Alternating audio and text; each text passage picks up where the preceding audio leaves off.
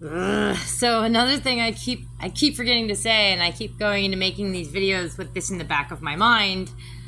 Let me pause this first. Trying to remind myself to mention it. So this is directed at Ze Frank, because I think that some of his videos suggest that he wants to. He's like a soul taker, or someone who's trying to eliminate the soul in his victims in some way, and so that could mean ego. So as I get into this down here, when I'm talking about his pigeon videos, specifically when I'm talking about this one, I'll work it out, Zay. I believe it's in this one, where I'm explaining what he means by this scene in his pigeon video about how the banana is a phallic symbol, and so it represents the ego. And the pigeon is the soul. The pigeon is is basically the same as a dove, and that represents this, the Holy Spirit. And it's trapped in a box. Box meaning the physical body. And what I think he's saying here, what I said in this video that I'm showing you, I'll work it out, Say. What I think he's saying here is, it can, based on the words that he says, it can be easy for a soul or a spirit. It can be easy for a spirit to, a Holy Spirit, divine spirit, to forget its divinity when it's trapped in a physical body with a soul, with an ego, at least with an ego. And here's how an ego can be equated to a soul sometimes is fear. So the ego is, in many ways, if you look it up, let's just,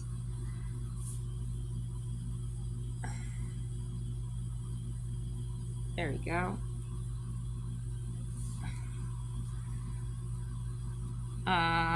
Ego.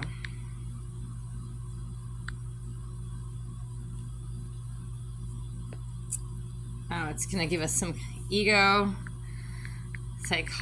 psychology definition. That's better.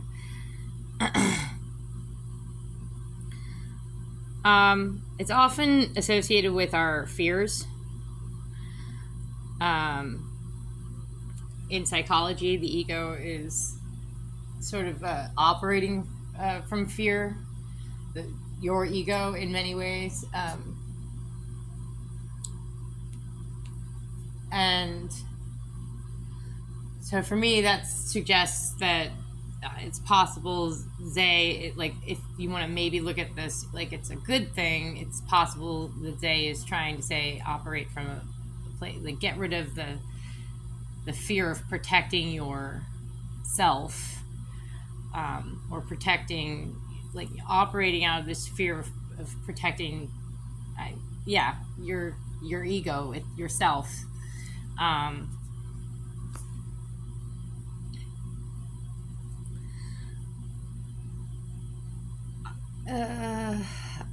I responded with, why do I get the feeling that leads to that it could lead to something that reminds me of a scene from The Good Son. I believe it's called The Good Son, the one with Jamie Lee Curtis and Macaulay Culkin, and he plays her son, and he's like a little psychopath who murdered his own little baby brother, drowned him in a bathtub because he was jealous of him. And so it's like the flip side of what they're talking about.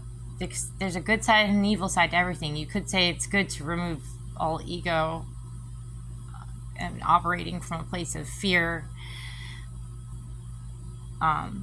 because there's this scene in The Good Son where Macaulay Culkin's character, the psycho, is talking to his cousin and trying to get his cousin to see the world from his point of view, a psychopath's point of view, which is just, he says, don't be afraid. There's nothing to be afraid of. You don't have to be afraid. What goes along with that is not being afraid of you're hurting people. right? And so that's why I think it's like it's possible these people have let go of taking any responsibility for themselves, and have sort of, if you will, offered themselves up to some kind of higher power, or in their mind maybe a higher power, and saying, you know, any bad thing they do is not on them. It's sort of a fated thing. Any good, just like any good thing they do, like they don't take responsibility for any of it. I don't know, that they're just and this aligns itself with some of the readings, I believe, that some things that Carl Jung implied in some of his writings. And there are just a lot of quotes out there surrounding the arts and in philosophy as well, claiming that human beings are kind of like just puppets for the gods.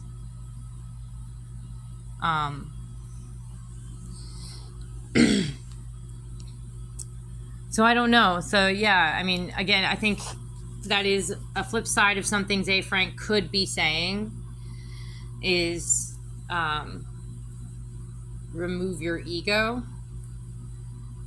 so that like the spirit in you, the Holy Spirit in you, can be free and shine or something. But it's like, what's attached to my ego is also a sense of responsibility to some degree for the consequences of my actions. And if I were inclined to say, oh, it's all in God's hands, that's an easy way of putting off the blame of anything I do on some kind of higher power. And that seems weak to me. Seems like a weak excuse.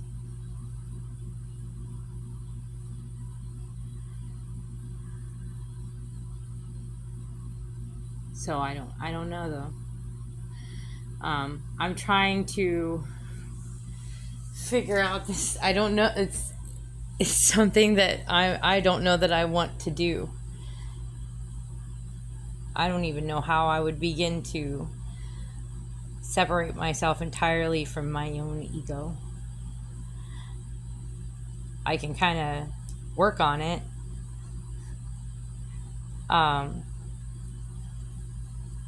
Fashion it up a little bit, maybe, but it's just, and no, again, nor does it seem like something I should necessarily do. It seems like there are bad things that come along with that, as much as that there might be perceived good things. It seems like there's very bad viewpoints, very bad ways of looking at life, very negative, very harmful ways, unhealthy ways of looking at life that can come along with that. If ego is operating from a place of fear, well, operating from a place of fear is sometimes bad, but again, aligning myself with what I've been saying in the past previous videos, that, you know, somebody who understands that they can harm people with their carelessness and their greed and selfishness, and just goes through life going do do do do do do. It must seem not. I understand the appeal. I get it. It seems like it would be nice to just kind of walk through life feeling like everything you do is meant to be, and you can do no wrong because it's all just preordained or something. Seems like it would be like being a toddler to some extent. Do do do do do do. So yeah, it does remind me of that movie. You don't have to be afraid. And again, that character, he murdered his little brother because he was jealous. He wanted all of his mommy's attention.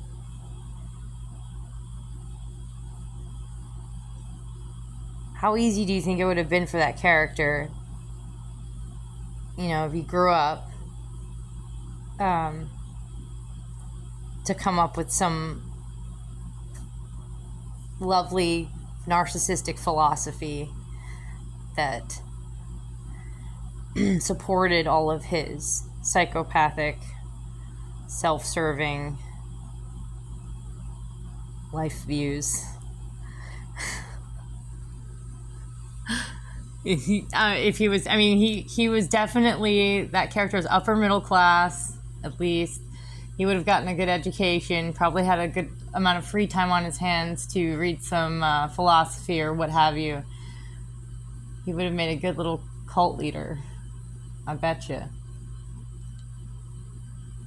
Like Scientology level cult leader, at least.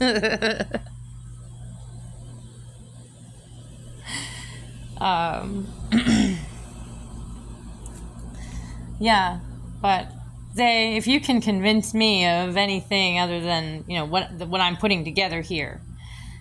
Again, that's why I keep saying, like, hey, you want to have like a real conversation? A real conversation. Because your communication style just isn't cutting it.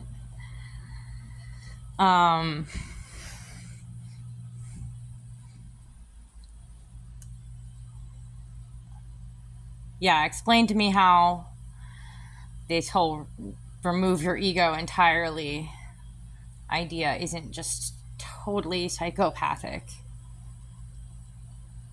Please explain it to me. Bye.